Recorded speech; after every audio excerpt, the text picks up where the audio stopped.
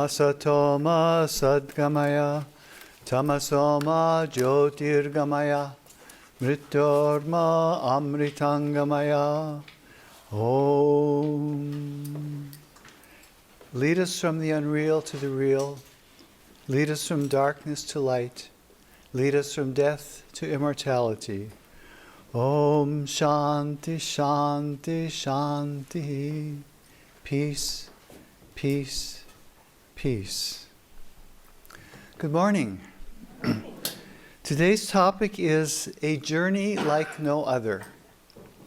Now, when we think of this word journey, probably the first thing that comes to mind is a physical journey, taking a trip, going somewhere. But we can also take this word journey in a metaphorical sense. And so very often we'll say about somebody who has been through a particular series of circumstances or events, that whole episode in the person's life was quite a journey. Now, there's also a general sense that we can take the word journey in to mean that life is a journey.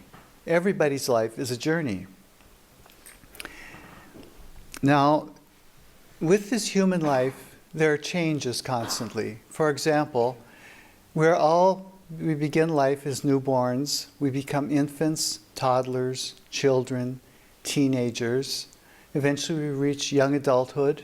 Then we reach middle age, and then finally old age. So that part of the journey of life takes us through a series of physical changes. There are also changes in place. We may be born in one place and we may grow up there, or we may be born into a family that moves around frequently. So we experience growing up in a number of different places. Then when we become of age, we may leave home to pursue our further studies, to start a career, or to start a family of our own. And where we settle may be near our place of origin, or it may be quite distant. So in all of those senses, life is a journey. And then above that, there are the individual circumstances that happen to each person in each human life.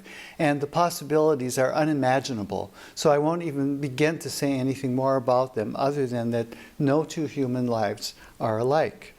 So much for that aspect of journey, the fact that every human life is a journey. We're talking about a journey like no other. So what does that mean? What is this journey like no other? That is the spiritual journey. And that will be the focus of this morning's talk. Now, I'll begin by drawing two parallels to the geographical journey and the spiritual journey.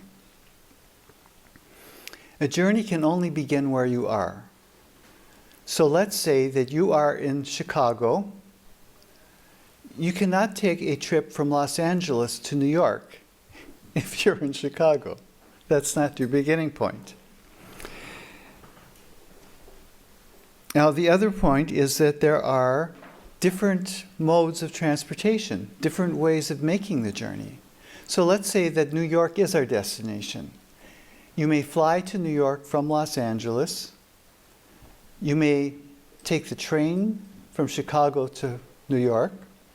You may drive from Miami to New York, or maybe you may even sail on a ship from London to New York. In each one of these cases, the journey is going to be different. The time involved will be different, the amount of convenience, the scenery and circumstances you pass through along the way will be different. So in the same way, we can apply these general principles to the spiritual journey.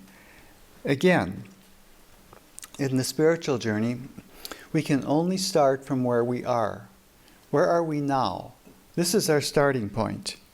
And this has long precedent in Hindu teaching. The idea is that every one of us, at every moment, is the sum total of all of our previous experience. Everything that has happened to us in the past has gone to mold our character, our circumstances in the present. So for the spiritual journey, we can only start from where we are. The second thing, again, is that there are different modes of transportation. So in Hindu teaching, we have outlined the four basic paths, the four yogas. There is Jnana Yoga, the path of knowledge, Bhakti Yoga, the path of devotion, Karma Yoga, the path of action, and Raja Yoga, the path of management of one's own awareness. Now, these are very basic, and we'll find that in every religion or spiritual tradition, they have their own particular means of following a spiritual journey.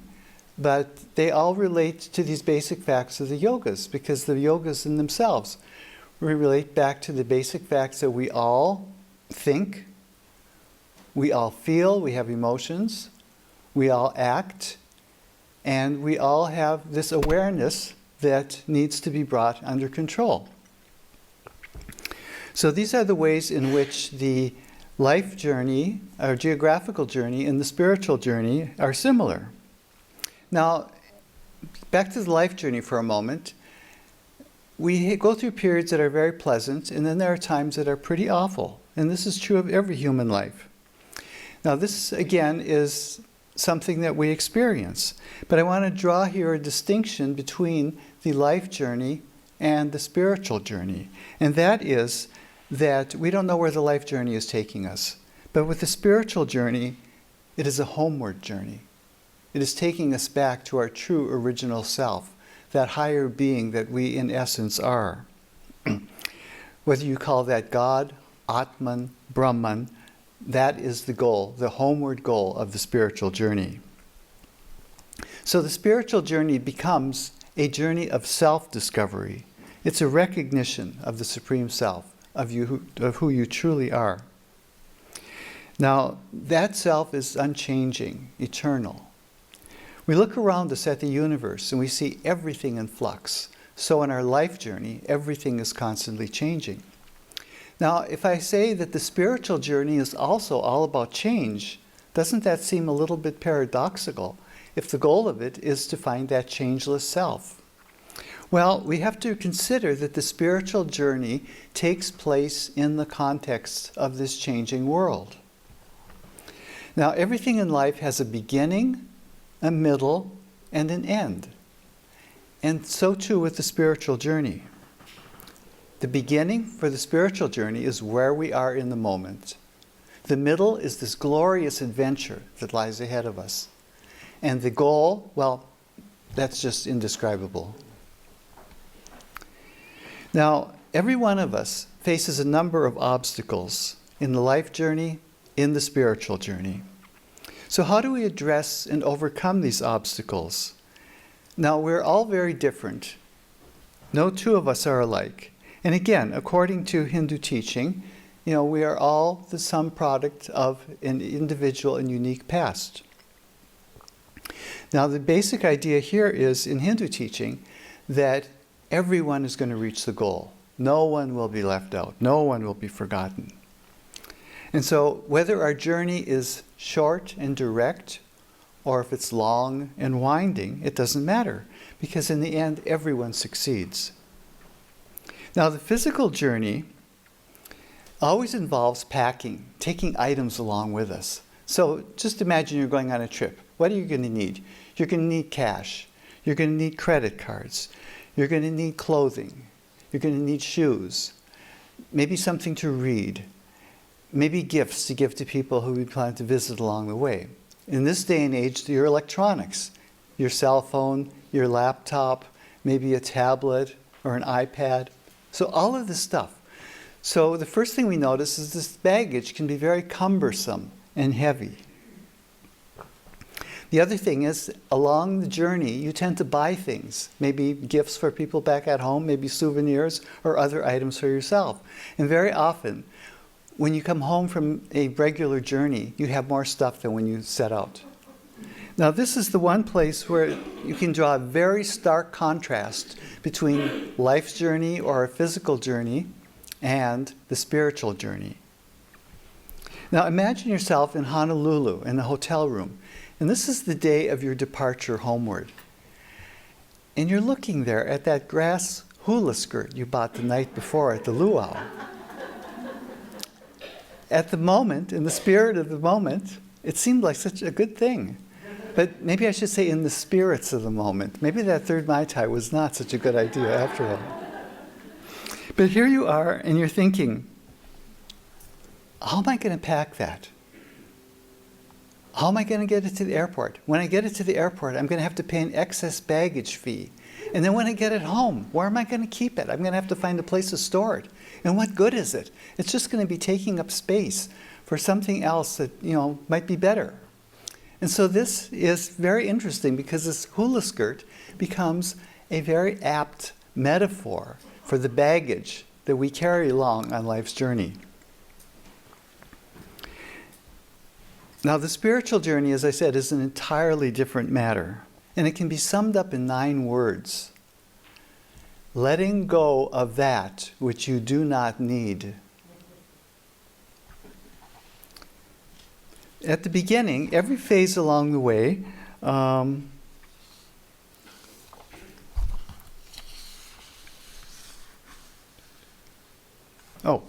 let's see. Letting go of that which you do not need.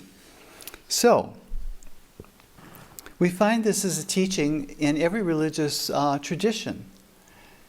In the Hindu tradition, very often this message is produced in words like renunciation, austerity, non-attachment. But do those sound like they were much fun? Do these really sound like things we want to do? So let's start afresh and put an entirely new spin on this idea of renunciation or non-attachment or austerity. Let's call it letting go of that which you do not need. And so what does that hula skirt represent? Letting go of that which you do not need. Let it go. In other words, look inside of yourself. Make a list of all the traits and characteristics and emotions, ideas, habits that are weighing you down or holding you back. Every one of them has this sort of baggage. It's very personal. Everybody's list will be different, but we can make just give a few examples which are fairly general. We probably all have these things in our lives: stress, anxiety, anger, attachment, ingratitude, a poor self-image, and the awful need to be right. Now we're going to talk about some of these things, but just think of each one of these traits, each one of these unwanted traits, as an ugly, wilted, discolored blossom strung together in a poisonous garland.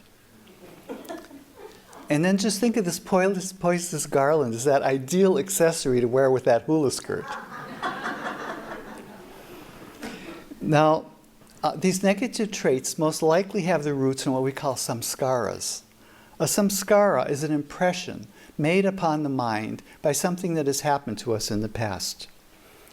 And it's still there. Beneath the surface of our conscious mind are all these samskaras. And what do the samskaras do? They color the personality. They form your outlook. They mold your opinions. And they create patterns of behavior and habits. Now, habits can be good or they can be bad, but the ones we're talking about here are the ones we need to let go of. So, more about what is letting go.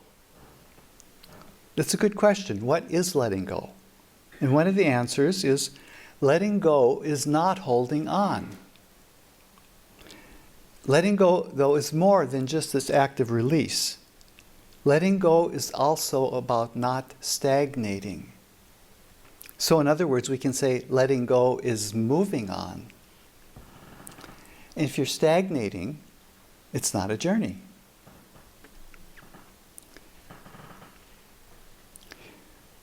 Now let's take a closer look at some of these negative traits I mentioned and see if we can find some sort of insight from them. What are these traits? How do they work? Now we find in this examination that these negative traits are very often related and they interact with each other. And so we find that all of these ugly blossoms in this poisonous garland are joined in this endless circle without any apparent beginning, without any apparent end. And at any moment we can break into this circle and we find ourselves getting caught up in it. And the Bhagavad Gita gives a beautiful, beautiful example of this in the 2nd chapter, where Sri Krishna advises Arjuna, Dwelling on the objects of sense makes attachment to them grow. From attachment comes desire, and desire thwarted flares to anger. Anger confuses the mind, and confusion drives out mindfulness. With mindfulness gone, understanding fades, and lost understanding leads to ruin. This is a very powerful passage from the Bhagavad Gita. Now let's look at it a little more closely. It begins with the phrase dwelling on the objects of sense. Why does he say that? What does it mean? There's a root cause to this. I'm going to sum it up in a phrase, a fairly memorable phrase that you may or may not have heard of before. The root cause of why we dwell on all these objects of sense is the smallness of you. Now, the smallness of you means the human personality, the ego sense, the sense of separate individuality. And this ego creates this self-definition. And remember, to define is to limit. So the moment I define who I am, I'm also defining who or what I am not. And I find that the who or what I am not is overwhelmingly larger than what I am. And so I'm suddenly confronted, because of affirming the sense of ego, of individuality, I'm confronted with this overwhelming sense of my own limitations and deficiencies in the face of this vastly overpowering what I am not. Now, separate personalities will have distinct experiences of this wide world beyond the senses, beyond the narrow borders of the body-mind complex that the ego defines. We experience this whole world outside of us through the mechanism of the five senses. They send in information on what we hear, see, smell, taste, and touch.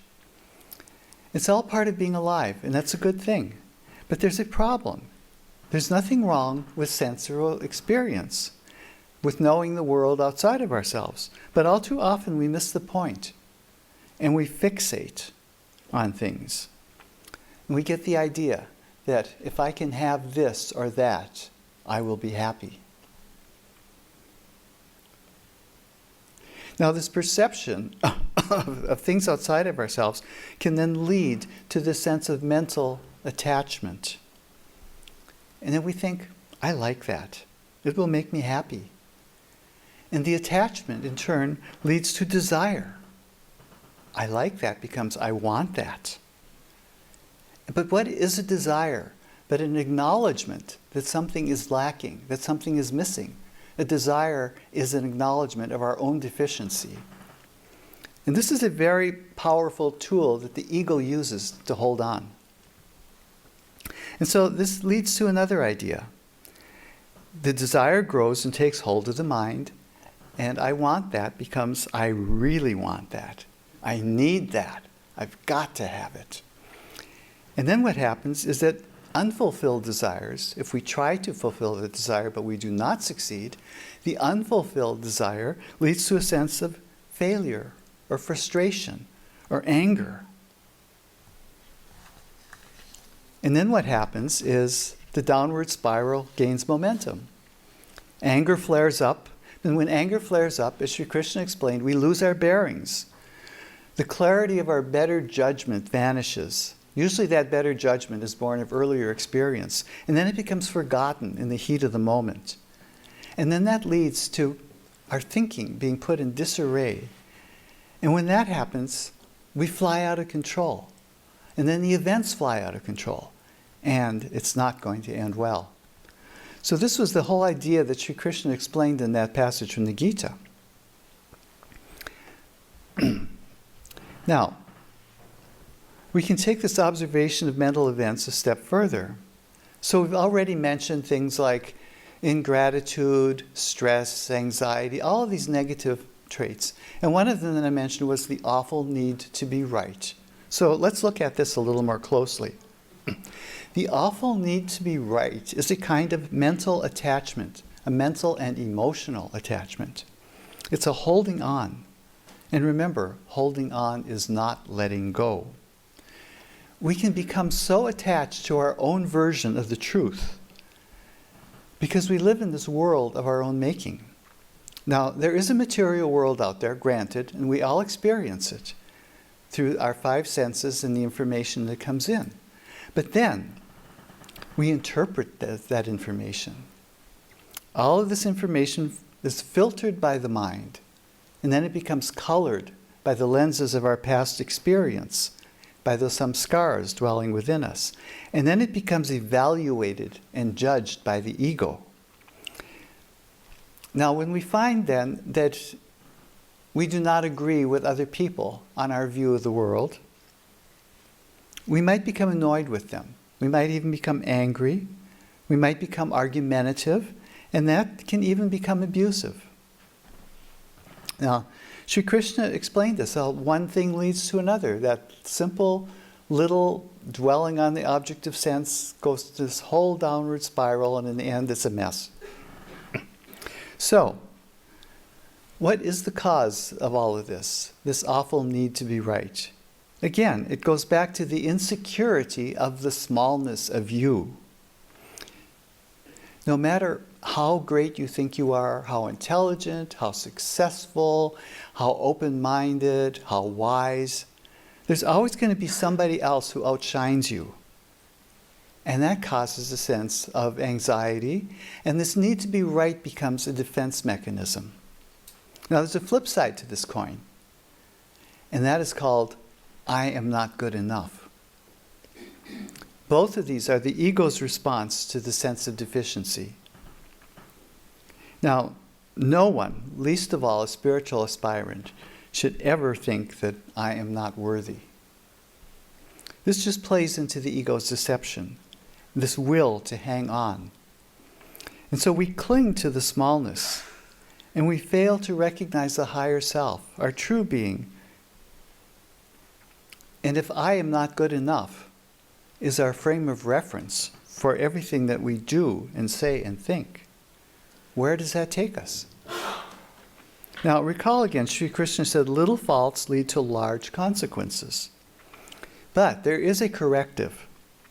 And in the verses that follow, he tells what it is. He says it's non-attachment. And again, let's substitute that other phrase, letting go of that which you do not need. Now, let's also explore in more depth this idea of the smallness of you. Going back to the Upanishads, in the Shvetashvatara Upanishad, we find a wonderful verse spoken by the sage Shvetashvatara. And here's what he says. The individual soul should be recognized as a fraction of 100th part of the tip of a hair, again divided 100 times. Yet, it partakes of infinity. So here we have him expressing in this beautiful, beautiful language the insignificance of the individual ego self, but also its glorious potential. So we have the capacity to partake of infinity. The spiritual journey has a very real purpose and a very real goal. It's letting go of that smallness of you, realizing the supreme self, the infinite self, one with the divine. Now, as we begin the spiritual journey, we let go of negative traits and habits. Again, a journey has a starting point. So look at where you are. What is your starting point? You can identify the obvious things that need to be let go of.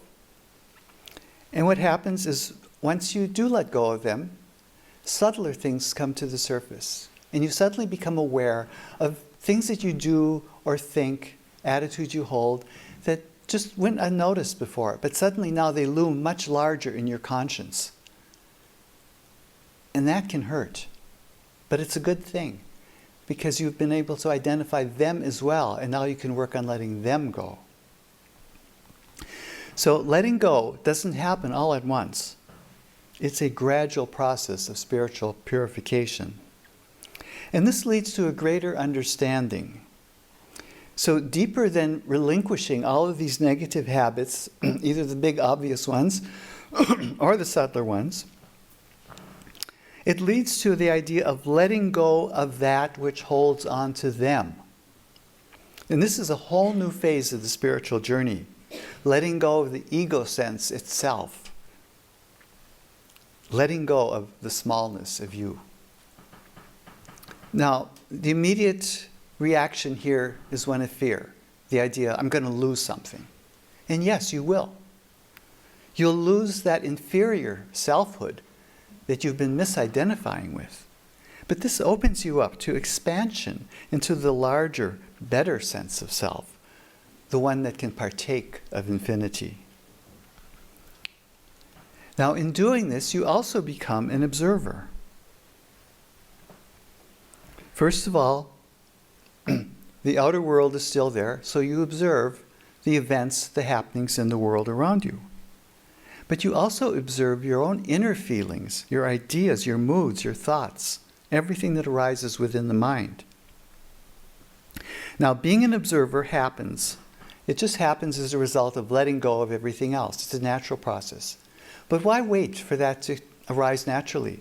Because you can consciously and actively try to be an observer before it begins to happen spontaneously. So consciously try to be an observer of this vast panorama of life, just to witness what's going on around you. This is a spiritual discipline, and it is one that will ease and hasten the journey. Now, the world will still be there with all of its ups and downs, but it can no longer seize and hold you captive. You will observe everything around you serenely, and you will act wisely and without attachment.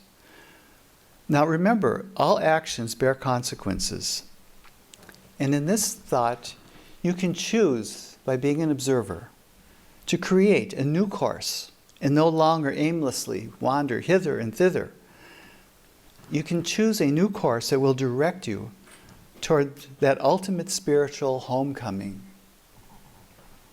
Now, so far we've focused on negative traits and ideas.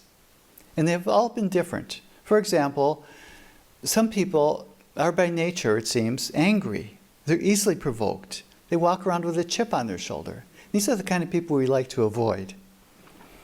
Now, other people might be deeply jealous, and that jealousy leads them to be resentful. Are they good company? No, because how can you be happy in the company of someone who is not happy with himself or herself? Other people have a greed that can never be satisfied. And you have to be on your guard around these people, because what happens if you have something they want? And then finally, there are many people who are motivated by hate. And hate arises from fear. And there's nothing more destructive than hate. Now, we all probably have some of these characteristics or traits within ourselves, if even only to a small degree. And of course, all of us here have them only to a small degree. But the idea still is, let go. Now, each spiritual journey is unique. Each spiritual journey is personal, but also highly personalized. Now, that said, there is one question that no one can avoid. We're going to call this the ticking clock. Looking around, you see that the world is in constant flux. Everything is changing from one moment to the next. This is a universal fact, and very often it is referred to by the word impermanence. Now, every religion has to address this in some way, and every religion does. And one of the big questions, of course, is the idea that the ego self itself is mortal. Now, in Hindu teaching, lifetimes come and go until we reach enlightenment.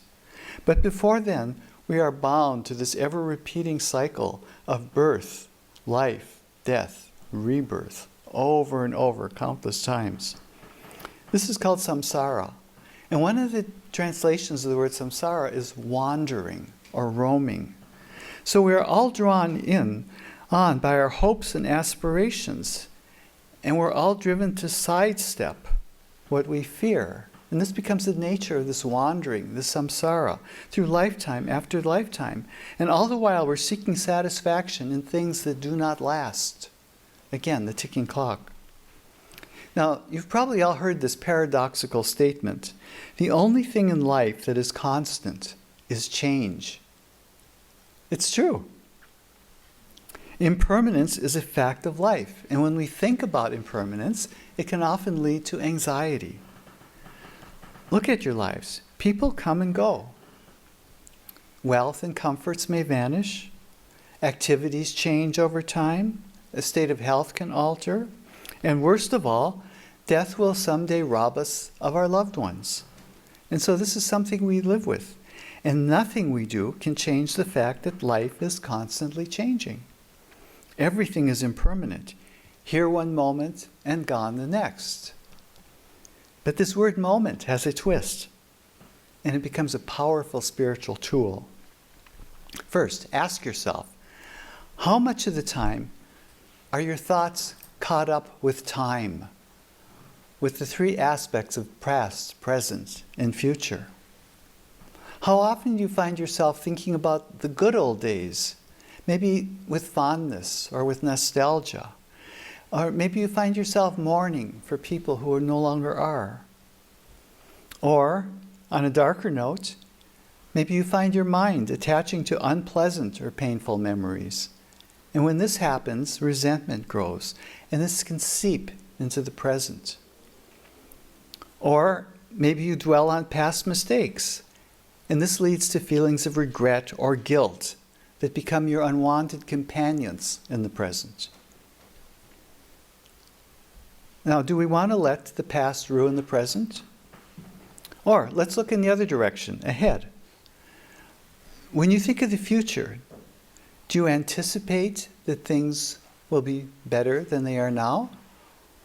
Or do you have a feeling of dread over potential losses and misfortunes? How much of your mental activity is taken up with a past that is no more, or a future that may never be? We all do it, and when we do, we're missing out on the present moment, and we fail to recognize that as a moment of opportunity and choice. And in the spiritual journey, every moment should be a moment of opportunity and choice. So let's go even deeper with this idea of the moment. The moment is the eternal now. In this fullest sense, if we are living in the moment, we are disengaging the mind from the play of time and space. We're disengaging from happiness and its opposite. And when we're doing this, what happens to the mind? We are engaging with something greater, something that transcends all of the change of the created universe. So the spiritual journey is about leaving all of that behind, and we do so in the moment. Now, to do this, what most of all has to be left behind is that ever-changing sense of who or what we think we are. That's troublesome smallness of you. Now, the higher self, as I said earlier, call it Atman, Brahman, or God, is that changeless truth. And that changeless truth is what abides in the moment. Again, as the Shvetashvatara Upanishad said, no matter how small and insignificant the individual self is, it has the capacity to partake of eternity, infinity. In other words, the capacity to abide in the moment and to connect with the divine. Now, one who partakes of this moment becomes imperturbable, the witness of all things, undisturbed. And so Hindu teaching is full of this idea of witness consciousness. We find it frequently. And I'm going to give one example from about 1,000 years ago. The great sage and seer Abhinavagupta, who lived in Kashmir, he addressed the universal problems of life in the 11th verse of his poem, 12 Verses on the Highest Truth. And in this particular verse, as I read it, listen how he weaves together themes of time and change, the pains inflicted by the clashing of egos, the internal misery that the ego creates for itself, and the insubstantial nature of personal identity. And finally, at the end, the state of being a witness. Let accumulating time drive the moments onward. Let the Creator assiduously create, or let a passion compelled by another lead to sore distress. Let these come about through the external sound and fury of the cosmic play, or through the internal doings of the embodied soul, whose ongoing flow of ever-shifting self-definition seems as if founded on air. In this constantly changing grand delusion, am I not a spectator? He's speaking here about the serenity of this witness consciousness, to be mindful that every reaction stems from the ego. Abhinavagupta's definition of the ego was spoken from his own experience and with the full measure of his poetic genius. He called it an ongoing flow of ever-shifting self-definition. What he wants us to think about here is that the sense of personal identity rests on nothing more than air. Now, he wants us to observe how we think of ourselves and become aware of how that sense of self changes from one moment to the next. Ask yourself, how do you feel about yourself during an ordinary day? For example, do you feel like you are a spouse, a parent, an employee, an employer, a friend, a teacher, a student? Which of these roles is the real you? Do you feel like the same person in each one of them, or do you feel somehow different? And which one is the real you?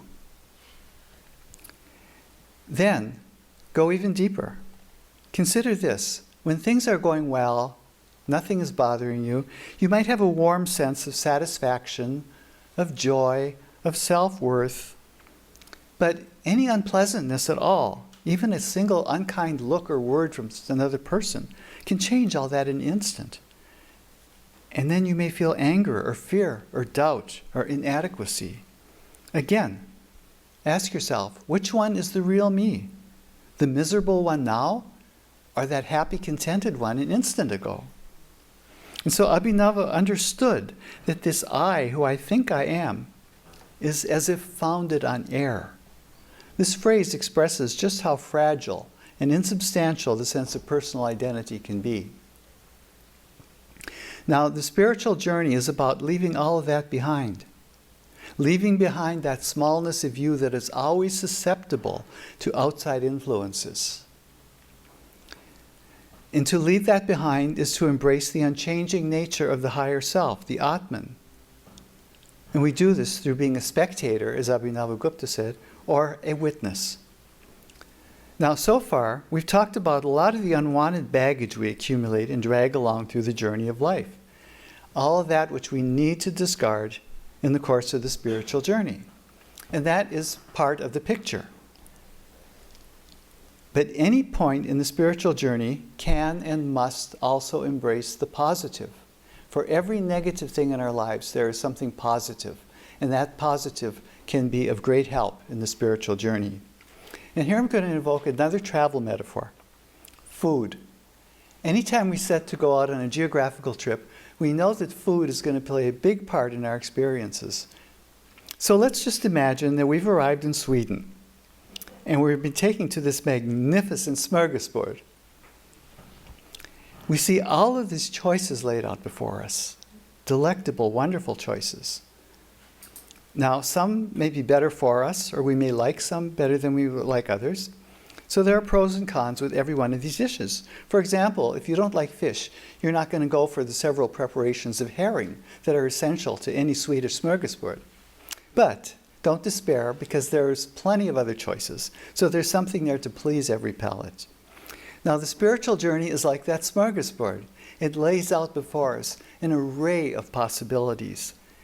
So let's sample a few of those. How about the starter course?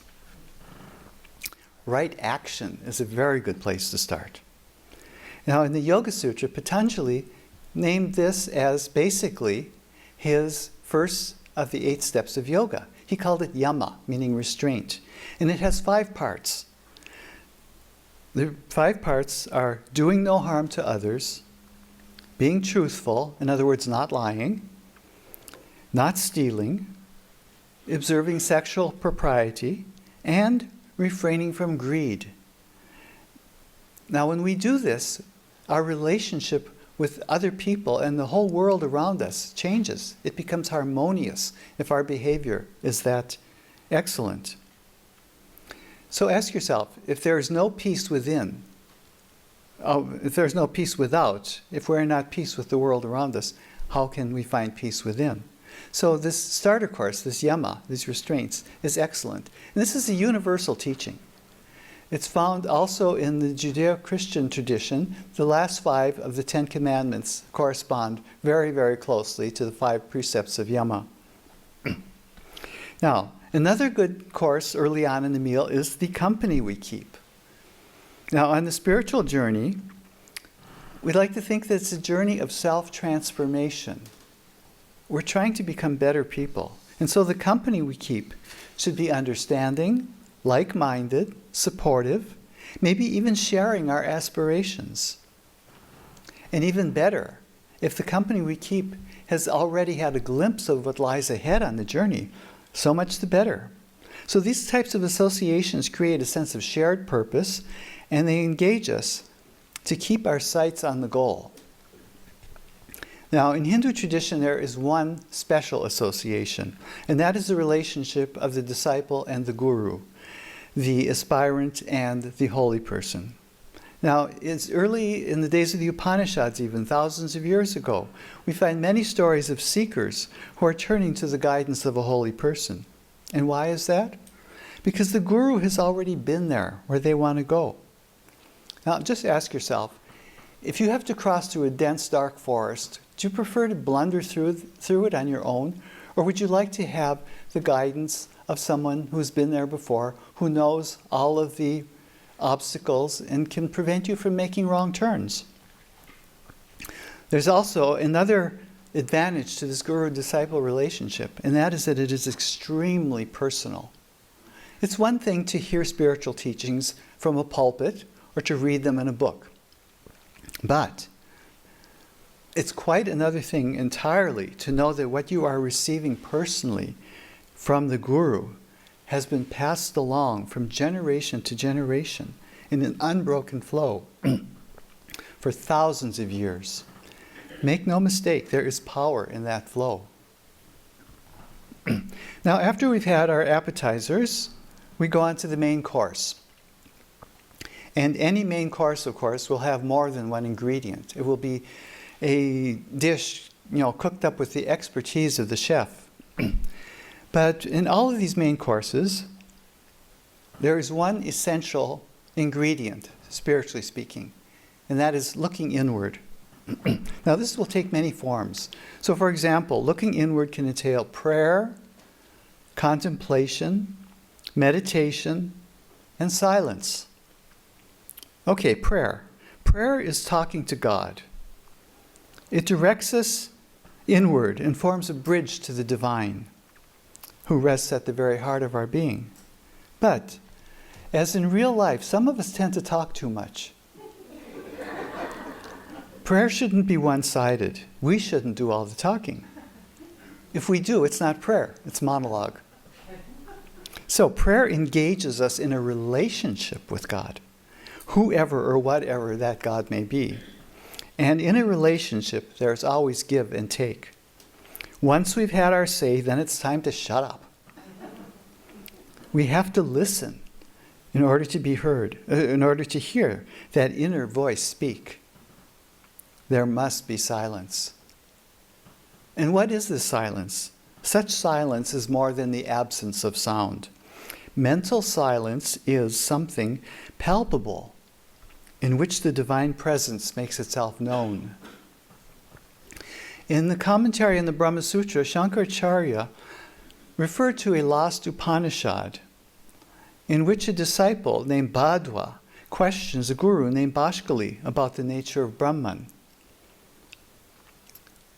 And the teacher remains quiet. And after a while, Bhadwa repeats the question, more silence, and then for a third time he repeats the question. And at that point, Bhaskali replies, I've already told you. but you do not understand. The self is silence. Now, the self is also love. In the Christian New Testament, in the first epistle of John, we have this verse: "He that loveth not knoweth not God, for God is love." Now, before you dismiss this as feel-good rhetoric or sentimental claptrap, just be aware that the larger context here of this verse is knowledge, knowing the nature of God, and knowing that the nature of God is love. In Hindu teaching, we find that knowing the nature of the self is also recognizing it as divine, as Satchit Ananda, and that Ananda is love. So our own higher self is divine, and that is the bliss. That is a love such as we cannot even imagine, yet it lies at the core of who we are. Now, as we progress on the spiritual journey, love will become more and more evident in the way we think and speak and act. And we find ourselves eventually loving to love. We become so saturated in love. We become so saturated in God. And that love can only overflow. It has nowhere else to go but out into the world around us. So connecting is very important. This is a part of this divine love, a part of the spiritual journey. But to connect with others, to love others, first, you have to love yourself. And what is that?